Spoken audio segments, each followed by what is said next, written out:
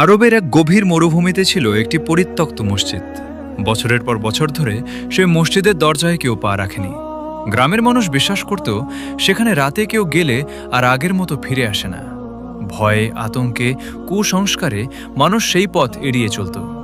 কিন্তু এক সাহসী যুবক যখন সে মসজিদে প্রবেশ করল, তখন সে এমন এক অলৌকিক সত্যের মুখোমুখি হল, যা শুধু তার জীবনই বদলে দেয়নি, পুরো গ্রামকে কাঁদিয়ে দিয়েছিল।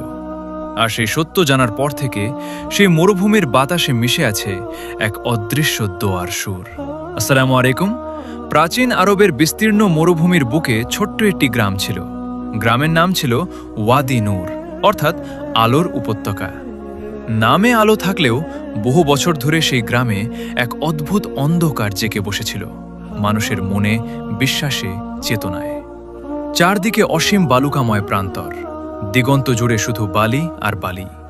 মাঝে মাঝে মাথা তুলে দাঁড়িয়ে থাকত খেজুর গাছের সরু সারি, যেন মরুভূমির বুকে এক টুকরো জীবনের নিশানা।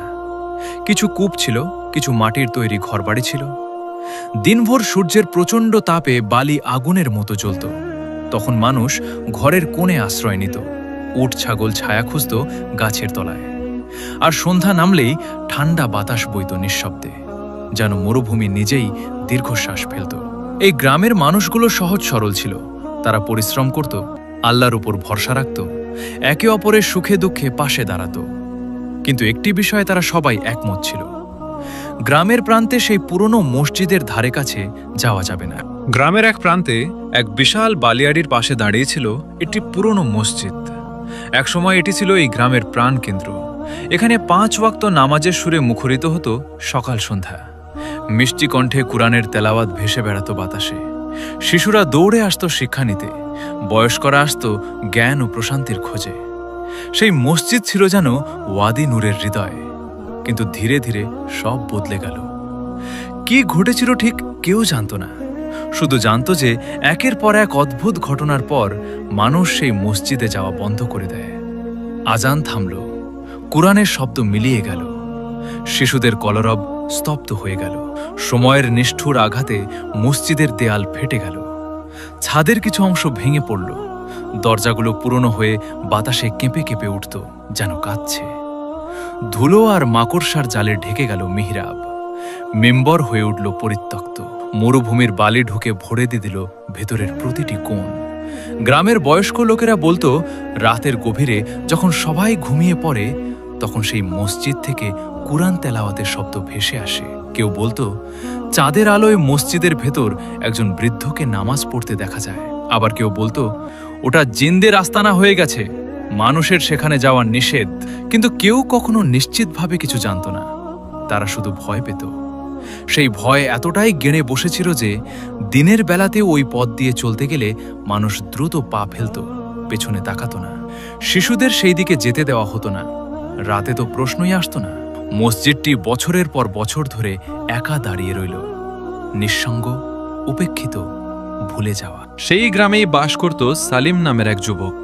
সালিম ছিল দরিদ্র, কিন্তু তার ঈমান ছিল পাহাড়ের মতো অটল। তার বাবা বহু বছর আগে মারা গিয়েছিলেন। বৃদ্ধা মাই ছিলেন তার একমাত্র আশ্রয়, একমাত্র পরিবার। তারা দুজন মিলে ছোট্ট একটি মাটির ঘরে থাকত। অভাব ছিল, কষ্ট ছিল, কিন্তু অভিযোগ ছিল না। সালিম ছোটবেলা থেকেই আল্লাহর প্রতি গভীর ভালোবাসা রাখত। 5 ওয়াক্ত নামাজ ছিল তার জীবনের ছন্দ। মানুষের বিপদে সে সবার আগে এগিয়ে যেত। কখনো মিথ্যার সঙ্গে তার আপোষ হয়নি। গ্রামের সবাই তাকে ভালোবাসত, বিশ্বাস করত। কিন্তু একটি বিষয় সালিমকে সব সময় কৌতূহলী করে রাখত, সেটা ছিল সেই পরিত্যক্ত মসজিদ। যখনই সে গ্রামের প্রবীণদের কাছে মসজিদের কথা জানতে চাইত, তারা হাত তুলে দিত, ওখানে যেও না ছেলে, কিছু রহস্য না জানাই ভালো। কিন্তু এই কথায় সালিমের মন শান্ত হতো না, বরং তার কৌতূহল আরও বেড়ে যেত। একদিন দুপুরে সে তার মাকে জিজ্ঞেস করল, আম্মা, সবাই ওই মসজিদকে এত ভয় পায় কেন? মসজিদ তো আল্লাহর ঘর, আল্লাহর ঘরকে কেউ ভয় পায়? বৃদ্ধা মা দীর্ঘশ্বাস ফেললেন। তার চোখে একটা পুরনো বেদনার ছায়া নামল। তোমার জন্মের আগের কথা। মানুষ বলে সেখানে অদ্ভুত কিছু ঘটে, তবে আমি নিজে জানি না সত্যটা কি। আপনি কখনো গিয়েছিলেন? না। সালেম আর কিছু বলল না, কিন্তু তার মনের গভীরে একটি সিদ্ধান্ত জন্ম নিল। সে সত্যটা জানবে। যত বাধাই আসুক, সত্যের মুখোমুখি সে হবেই। কয়েকদিন পর এক পূর্ণিমার রাতে সালিম ওযু করল। তারপর 2 রাকাত নফল নামাজ পড়ে আল্লাহর কাছে সাহায্য চাইল, হেফাজত চাইল। মনে মনে বলল, ইয়া আল্লাহ, আমি তোমার ঘরে যাচ্ছি, তুমি আমার সাথে থাকো। তারপর ধীরে ধীরে গ্রামের সীমানা পেরিয়ে সে রওনা হলো সেই মসজিদের দিকে। আকাশে পূর্ণ চাঁদ জ্বলছিল। চাঁদের রূপালী আলোয় মরুভূমি এক অদ্ভুত রহস্যময় রূপ ধারণ করেছিল। দূরে দূরে বালিয়াড়ির ঢেউ, মাঝে মাঝে শিয়ালের ডাক, আর শুধু বাতাসের নিঃশ্বাস। মসজিদের কাছে পৌঁছাতেই সালিমের বুকের ভেতর ধুকপুকানি শুরু হলো।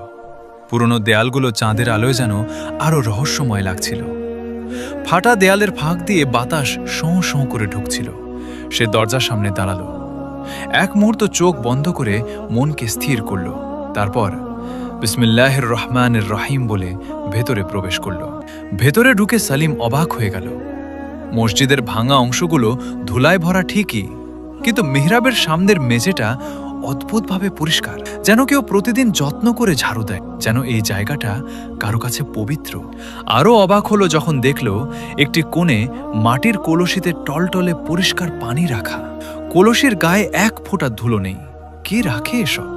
এখানে তো কেউ আসে না বলেই সবার বিশ্বাস। সালিম ধীরে ধীরে মসজিদের ভেতর হাঁটতে লাগলো।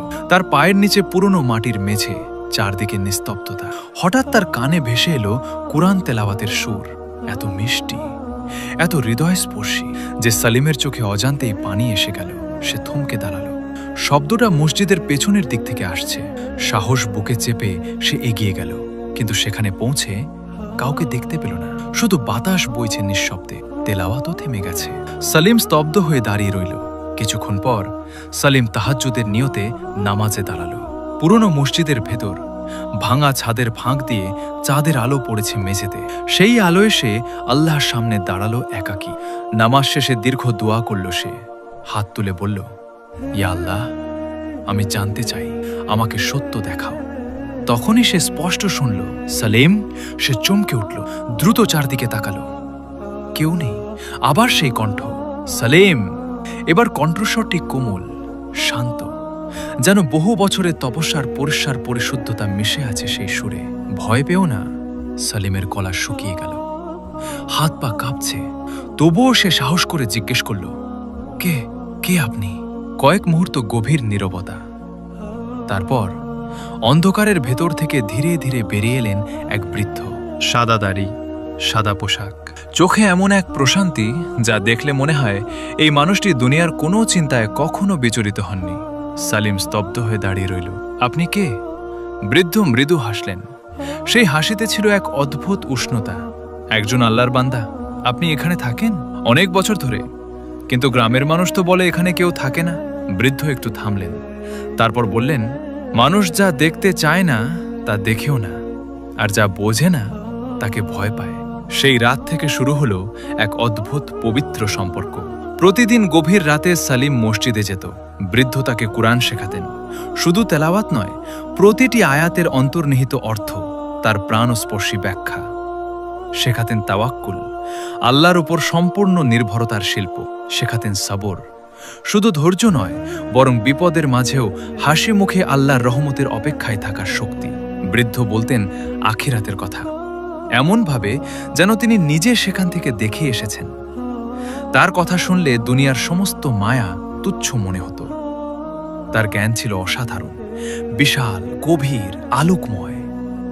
কিন্তু কিছু বিষয় সালিমকে ভাবাতো। সে কখনো বৃদ্ধকে খেতে দেখেনি, কখনো ঘুমাতে দেখেনি, কখনো মসজিদের বাইরে এক পাও যেতে দেখেনি। সূর্যোদয়ের আগেই বৃদ্ধ যেন মিলিয়ে যেতেন অন্ধকারে। সালিম কখনো জিজ্ঞেস করেনি। কোনো এক অজানা কারণে সে বুঝতে কিছু প্রশ্নের উত্তর সময় মতো আসে। মাসের পর মাস কেটে গেল। সালিম আগের সালিম আর নেই। সে এখন আরো গভীর, আরো শান্ত, আরো আলোকিত। তার মুখে সবসময় একটি অদ্ভুত প্রশান্তির ছাপ। সে কথা বলে কম, কিন্তু যা বলে তা মানুষের হৃদয় স্পর্শ করে। গ্রামের মানুষ তার পরিবর্তন দেখে অবাক। একদিন গ্রামের ধনী ব্যবসায়ী হারিস তাকে আলাদা ডেকে জিজ্ঞেস করল, সালিম, তুমি রাতগুলো কোথায় কাটাও? তোমার মধ্যে কি হয়েছে? তুমি যেন বদলে গেছো। সালিম প্রথমে থামল, তারপর সত্যটা বলল। গ্রামে তুফান বয়ে গেল। তুমি ওই মসজিদে যাও? হ্যাঁ। আর একজন বৃদ্ধের সঙ্গে দেখা করো? হ্যাঁ, প্রতি রাতে। গ্রাম জুড়ে কানাঘুষা শুরু হলো। কেউ বিশ্বাস করলো, কেউ হাসলো, কেউ ভয় পেল। পরদিন রাতে গ্রামের কয়েকজন সাহসী লোক সালিমের সঙ্গে মসজিদে গেল, কিন্তু সেখানে পৌঁছে কাউকে দেখতে পেল না। বৃদ্ধ নেই, না কোনো চিহ্ন, না কোনো আলামত, শুধু পরিষ্কার মিহরাব আর মাটির কলসিটা। সবাই সালিমের দিকে তাকালো, তারপর একে অপরের দিকে। সেই রাতের পর থেকে গ্রামে সালিম পাগল বা মিথ্যাবাদী হয়ে গেল। কেউ কেউ বলল সে স্বপ্নে দেখেছে, কেউ বলল জিন তাকে বিভ্রান্ত করেছে। সালিমের বুক চিরে যাচ্ছে, চোখে পানি এলো, কিন্তু সে জানত সে সত্য বলছে। সেই রাতেই সে একা মসজিদে গেল। বৃদ্ধ সেখানে ছিলেন। সালিম কাঁদতে কাঁদতে বলল, সবাই আমাকে মিথ্যাবাদী বলছে, আপনি কেন তাদের সামনে আসলেন না? বৃদ্ধ মৃদু হেসে বললেন, সত্যের পথিকদের পথিকদের এটা সহ্য করতেই হয়। যারা আল্লাহর জন্য চলে তাদের পথ কখনো সহজ ছিল না, কিন্তু মানুষ বিশ্বাস করছে না। বৃদ্ধ একটু চুপ করে রইলেন, তারপর গভীর কণ্ঠে বললেন, কারণ আমার সময় শেষ হয়ে এসেছে। সালিমের বুক কেঁপে উঠল। মানে? শিগগিরই তুমি সব জানতে পারবে, ভয় পেও না। পরদিন রাতে বৃদ্ধ তাকে মসজিদের পেছনে নিয়ে গেলেন। সেখানে বালুর একটি নির্দিষ্ট স্থান দেখিয়ে বললেন, আমি চলে যাওয়ার পর এই স্থানটি খনন করবে। কেন? তখনই বুঝবে। সালিম আরও কিছু জিজ্ঞেস করতে চাইল, কিন্তু বৃদ্ধ শুধু একটু হাসলেন। সেই হাসিতে ছিল বিদায়ের ছায়া। এটাই ছিল তাদের শেষ সাক্ষাৎ। পরদিন রাতে সালিম মসজিদে গিয়ে দেখল বৃদ্ধ নেই। পরের রাতেও নেই, তারপরের রাতেও না, আর কখনো তিনি ফিরে এলেন না। মসজিদ আবার নীরব, আবার একাকী, শুধু বাতাসের শোঁ শোঁ শব্দ আর চাঁদের আলো। সালিম মিহরাবের সামনে বসে রইল অনেকক্ষণ। তার চোখ ভেজা, মনে হচ্ছিল জীবনের সবচেয়ে বড় কিছু হারিয়ে ফেলেছে সে। কিন্তু মনের গভীরে একটি অনুভূতি বলছিল, আসল রহস্য এখনো বাকি। কয়েকদিন পর সালিম গ্রামের মানুষদের নিয়ে সেই নির্দিষ্ট স্থানে খনন শুরু করল। শুরুতে সবাই হাসল, পাগলের কাণ্ড, বৃদ্ধ টৃদ্ধ নেই, মাটি খুঁড়লেই বেরোবে। কিন্তু কিছু দূর খননের পর কোদাল শক্ত কিছুর সঙ্গে বাঁধল। হাসি থামল, সবাই এগিয়ে এলো। বালু সরাতে সরাতে একটি পুরনো কবর বেরিয়ে এলো। চারদিকে নিস্তব্ধতা নামল। কবরের পাশে একটি পাথরের ফলক, ফলকে লেখা, এখানে শায়িত আছেন আব্দুল্লাহ ইবনে হাম্মাদ, এই মসজিদের শেষ ইমাম। গ্রামের প্রবীণরা কেঁপে উঠল, কারণ নামটি তারা চিনত। প্রায় 40 বছর আগে এই মসজিদের ইমাম ছিলেন আব্দুল্লাহ ইবনে হাম্মাদ। অত্যন্ত নেককার মানুষ। গ্রামের মানুষ তাকে ভালোবাসত, সম্মান করত। এক ভয়ঙ্কর ঝড়ের রাতে তিনি নিখোঁজ হয়ে যান। সবাই ভেবেছিল মরুভূমির ঝড়ে হারিয়ে গেছেন, কিন্তু তিনি হারিয়ে যাননি। তিনি ছিলেন এখানেই, নিজের প্রিয় মসজিদের পাশে, মাটির নিচে ঘুমিয়ে।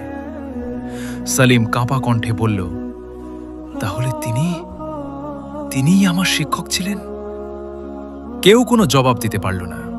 তারপর ফলকের নিচে আরও কিছু লেখা পাওয়া গেল, যে ব্যক্তি এই মসজিদকে আবার জীবিত করবে, আল্লাহ তার মাধ্যমে বহু হৃদয়কে হেদায়েত দান করবেন। সেদিন পুরো ওয়াদিনুর গ্রাম স্তব্ধ হয়ে গেল। মানুষ কাঁদতে লাগল, বৃদ্ধরা কাঁদল, কারণ তারা চিনতেন সেই নেককার ইমামকে। যুবকরা কাঁদল, কারণ তারা বুঝতে পারল মৃত্যুর পরও একজন আল্লাহর বান্দার ভালোবাসা থামে না। সালিম কাঁদল সবচেয়ে বেশি, কারণ সে হারিয়েছিল এমন এক শিক্ষককে যার মতো শিক্ষক এ পৃথিবীতে বিরল। বহু বছর পর সবাই মিলে সেই মসজিদ পুনর্নির্মাণ করল। নতুন দেয়াল উঠল, নতুন ছাদ হলো, মিহরাব সংস্কার করা হলো, মিম্বর তৈরি হলো নতুন করে। আবার সেই মরুভূমির বুকে আজানের সুর ভেসে উঠল।